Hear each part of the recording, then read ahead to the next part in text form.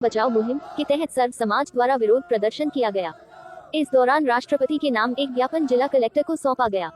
प्रदर्शन की शुरुआत सोनार माताजी की तलहटी स्थित भवानी कुंड से हुई, जहां से सर्व समाज के लोग रैली के रूप में रवाना हुए। रैली में शामिल प्रदर्शनकारियों ने केंद्र सरकार के खिलाफ नारेबाजी करते हुए अरावली पर्वतमाला को बचाने की मांग उठाई।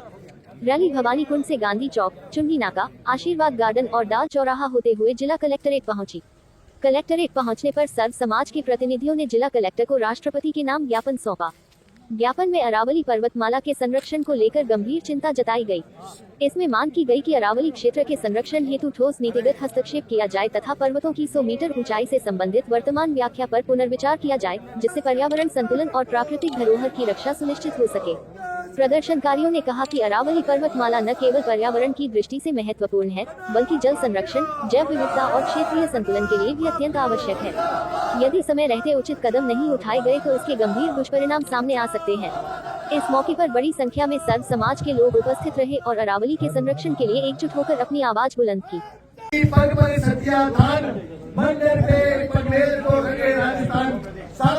इस मेवाड़ की पावन धरा से आते हैं, इस अरावली की पावन धरा से आते हैं और इस हरियाली की पावन धरा से आते हैं। साहब, हमें इतना कमजोर मत आंको, इतना कमजोर मत समझो। जितना कमजोर हमें ये सरकार समझ रही है, इतना कमजोर तो हमें है नहीं। सरकार ऐसे समझती है कि आजादी ऐसे ही मिली है साहब। आजादी 7,32,780 लोगों के कुर्बानी से आजादी मिली है, न कि अदानी और अंबानी के गुलामी करने से आजादी मिली है। सरकार ऐसे समझती है कि हमें उद्योगपति ने आजादी दिलाई है साहब। उद्योगपति ने आजादी दिलाई है। आजादी ऐसे किसानों ने और ऐसे योद्धा ने दिलाई है जो दिन रात ऐसे थे। और भगत सिंह के समय में कोई बड़ा आंदोलन नहीं था साहब। आंदोलन तो इसी प्रकार छोटे छोटे ही हुआ करते थे। फर्क इतना था, उस समय गौरव की सरकार थी और अभी चोरों की सरकार है। मेरे दोस्तों, मेरे मित्रों, मेरे भाइयों, आपको मैं कहना चाहूंगा, इस प्रकृति के लिए, इस जमीन के लिए, इस जल के लिए अपने को लड़ना है, लड़ना है, लड़ना है और लड़ना है।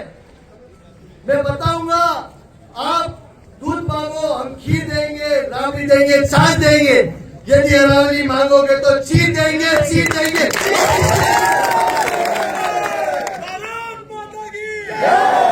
बताऊंगा, आज हम लोग नहीं लड़ेंगे तो आने वाली हमारी पीढ़ी हमें ये कहेगी हमारे पूर्वज नपुंसक थे। हम इतने कमजोर नहीं है कि हमारे आने वाली पीढ़ी इस अरावली पर्वतमाला को नहीं देख सके। मेरे मित्रों, आज ये लड़ाई एक किसी कौम की नहीं है, ये 36 कौम की लड़ाई है। हमें कदम कदम के साथ हमें सभी का निर्णय हमारा सभी देंगे। आज हम सब हमारे राष्ट्र के लिए एक हुए, न कि किसी व्यक्ति विशेष के लिए एक हुए।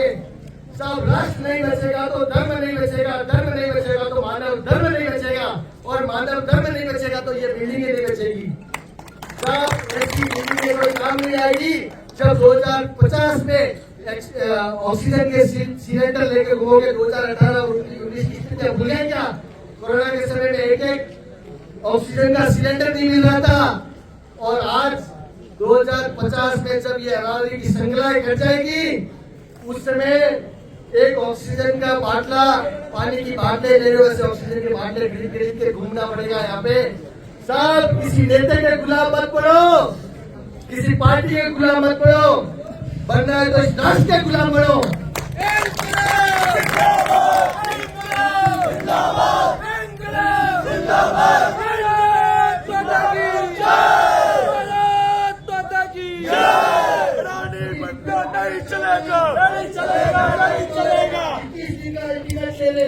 अगर 21 दिन में हमारी बात को सरकार नहीं सुनती है तो 10 जनवरी हम उदयपुर संभाग पर सभी भाई धरना देंगे और वहीं बैठेंगे जब तक सरकार अपना निर्णय वापस नहीं लेती है।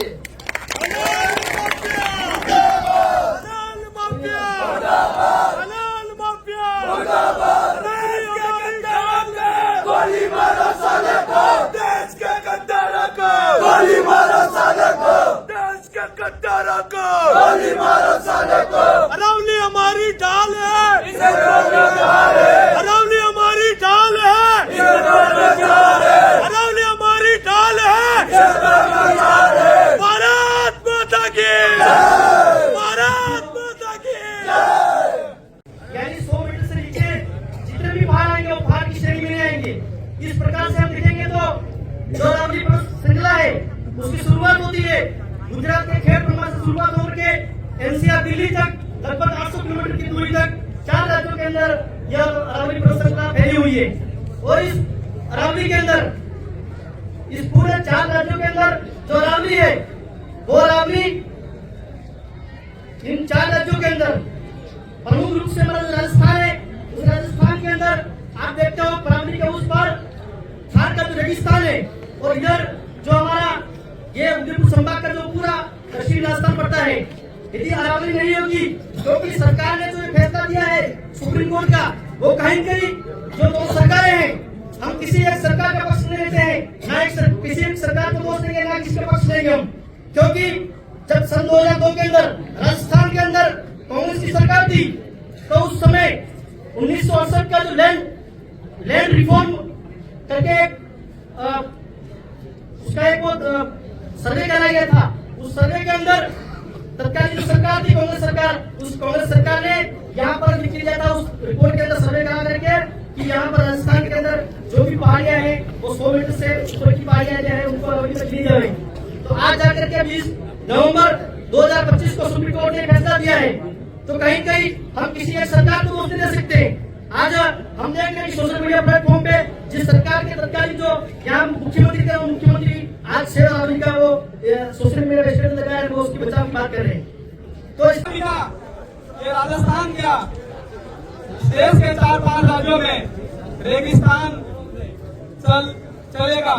अगर ये अरावली नहीं होती तो ये रेगिस्तान जो थार का रेगिस्तान है वो कब से हमारे इस क्षेत्र में निकलते हुए मध्य प्रदेश तक पहुंच जाता।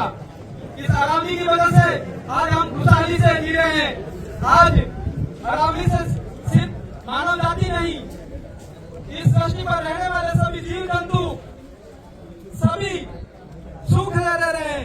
आज वह अरावली जो हमारे महापुरुषों ने जैसे हल्दी घाटी का युद्ध, खांडवा का युद्ध और दिवार का युद्ध याद कीजिए, इस अरावली की बदौलत ही आज हमारे पूर्वजों ने जिस तरह की रणनीति बनाई थी, जिस तरह से उन्होंने इन जंगलों के बीच में रहकर, आपने महाराणा प्रताप के बारे में सुना होगा, उनकी कहानियां कि वो घास की रोटी खाकर भी गुलाम नहीं हुए थे, हमारे इस क्षेत्र को गुलाम नहीं होने दिया था। तो उसके बीच में कहीं कहीं इतिहास में अरावली का महत्व किया जाता है। आज उन अरावली को हमारे महापुरुष जो छोड़ के गए उनको हम क्या बताएंगे कि हम हमारे आंखों के सामने सरकारों ने जो हमारे समाज जीवन देने वाली अरावली को नष्ट कर दिया। आप सब साथियों को मैं कहना चाहता हूं, जब तक सरकार यह निर्णय नहीं लेती है, पूरे विचार नहीं करती है और कोर्ट अगर यह फैसला बदल नहीं है तो आने वाले समय में बहुत बड़ा आंदोलन खड़ा किया जाएगा।